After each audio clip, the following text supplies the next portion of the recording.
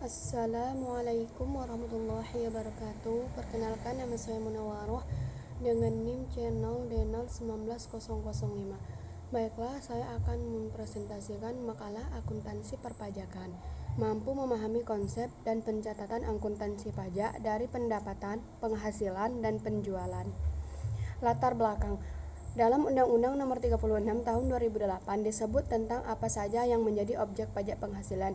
Objek pajak penghasilan adalah setiap tambahan kemampuan ekonomis yang diterima atau diperoleh wajib pajak, baik yang berasal dari Indonesia maupun dari luar Indonesia, yang dapat dipakai untuk konsumsi atau untuk menambah kekayaan wajib pajak yang bersangkutan dengan nama dan dalam bentuk apapun.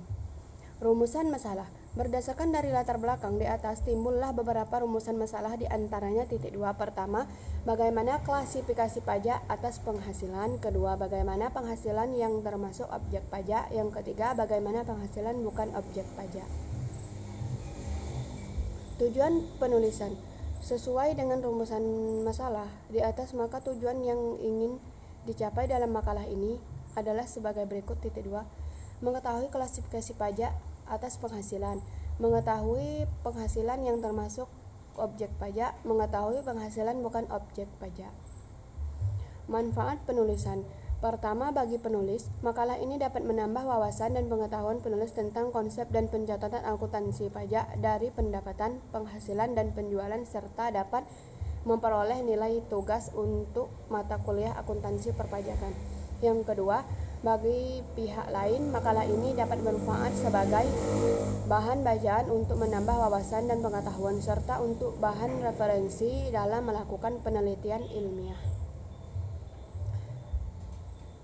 Klasifikasi pajak atas penghasilan.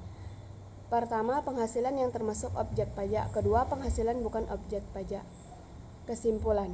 Pajak penghasilan bisa disebut dengan pajak penghasilan pasal 25 atau PPh pasal 25 adalah pajak yang dikenakan untuk orang pribadi, perusahaan, atau badan hukum lainnya atas penghasilan yang didapat. Dasar hukum untuk pajak penghasilan adalah Undang-Undang UU Nomor 7 Tahun 1983. Kemudian mengalami perubahan berturut-turut dari mulai UU Nomor 7 dan tahun 1991, UU Nomor 10 dan tahun 1994.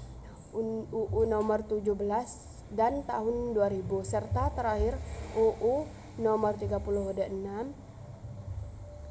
dan tahun 2008. Baiklah, hanya itulah yang dapat saya sampaikan. Lebih dan kurangnya saya mohon maaf. Saya akhiri. Wabillahi taufiq wal hidayah. Wassalamualaikum warahmatullahi wabarakatuh.